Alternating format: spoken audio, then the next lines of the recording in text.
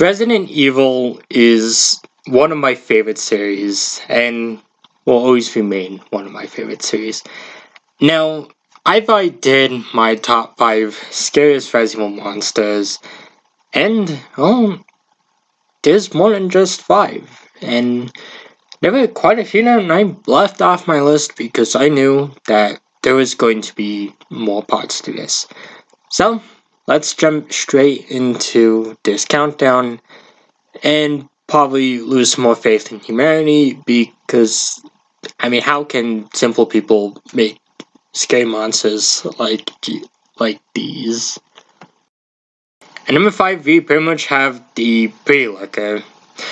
Well, the Crimson Head was a new enemy introduced with the Resident Evil 1 remake.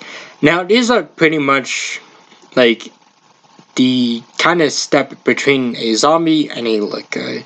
Yeah, Lurkers are already terrifying, but almost as equally terrifying is a zombie getting right back up and chasing you even though you know that you've already dealt with them.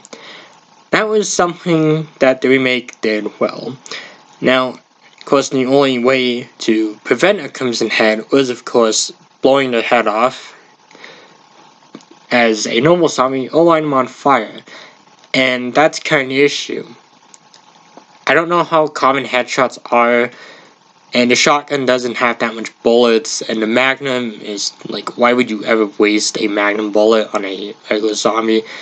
The grenade launcher, I don't know, either, and there's like only so much kerosene in the game. Apparently there's enough for 50 zombies. I have not fact-checked that, but this was something I heard. So, yeah, Crimson Head, yeah, they're definitely a freaky thing, and arguably one of the scariest things within the first Resident Evil remake. Of course, it gets first with our number 4 pick, the Hunter. Honestly, not the Hunter Gamma, but, I think the Hunter B. Now, the Hunters made their original appearance within the first Resident Evil, and made their return in Resident Evil 3. Unless the original version of 2 had them. I don't know if 2 had them. But of course, they make their return in the Resident Evil 1 remake and the remake of 3.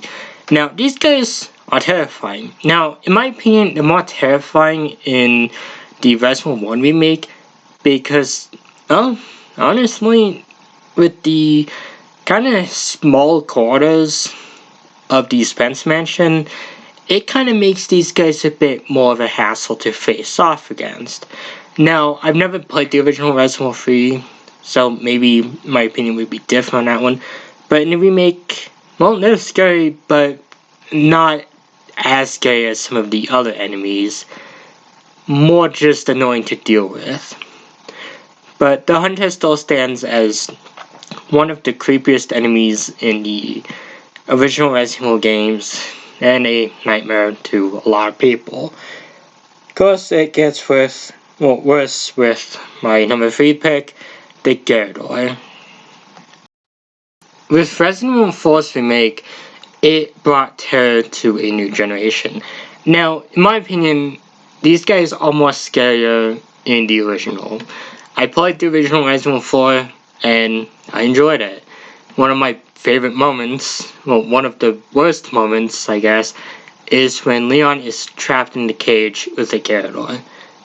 That is one of the freakiest moments in the entire game because of the stress of facing off against these guys alone. And it gets worse because I think there's also another encounter that didn't get in the remake, although I could be wrong. But in both the original and remake, these guys are freaky to deal with. And the encounter with the first one in the remake is one of the scariest moments in the entire game. So, props to Capcom for knowing how to make an old enemy terrifying again. And of course, they also did the same thing with my number 2 pick, the Vertigo. The Verdugo. The Verdugo, or Salazar's right hand, is a boss that we can encounter in the original Resident Evil 4 as well with its remake. I gotta say, this guy's way more scary in the remake, mainly because, like, I mean, I was only playing the game on normal mode because that's the default mode in the version I have, so thanks Capcom. But yeah, you have to face this guy in, I don't remember where, but you face him also in the castle, and it switches to this guy's point of view, just like it would do with the Hunter in the original Resident Evils and the remakes. And it is absolutely terrifying because he doesn't attack you, but the game gives you a bit more, well, it gives you a few more seconds before it tries to give you a heart attack. And dealing with this guy is just absolutely frustrating. He killed me several times in the original. The remake, I just ran away from him. Like, I'm not fighting this guy. Screw him. Screw his xenomorph looking, screw him. And in the original, he killed me multiple times. I also missed a rocket at close range. He's a fun guy to deal with. Because we even have a better guy to deal with my number 1 pick, the Nemesis. The Nemesis, or Nemesis T-Type, or the, oh my god, what is that thing chasing me at like 3 in the morning, was a tyrant that was pretty much a improved Mr. X tyrant. Now, in the Resident Evil 3, in Resident Evil 3 and its remake, the Nemesis was created to go after the remaining STARS members. At the time, that would have, of course, been Jill, Barry,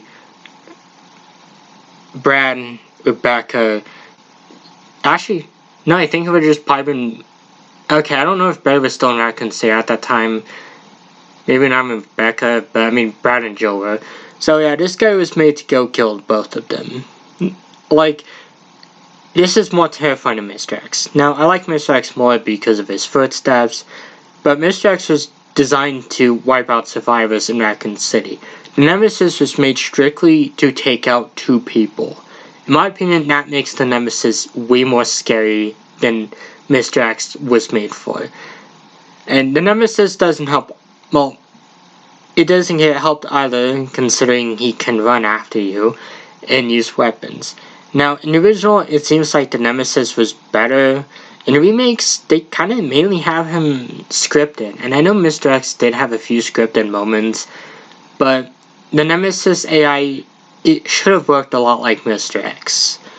It's definitely unfortunate that they kind of botched that up, but even though they messed it up, the Nemesis is definitely one of the freakiest things to encounter in the Resident Evil series, and dealing with this guy on normal mode has made me never want to play Resident Evil 3 again, until I play it again. Defeating this guy in hardcore mode is not going to be fun though. But of course, these were my top 5 scariest Resident Evil monsters, part 2. I'm of course going to have more parts to this. Obviously, I'm not going to cover every enemy in the game, but there's a few I want to give the spotlight to, such as the Chimera, who is definitely in the next one. So, until then, goodbye and thank you for watching.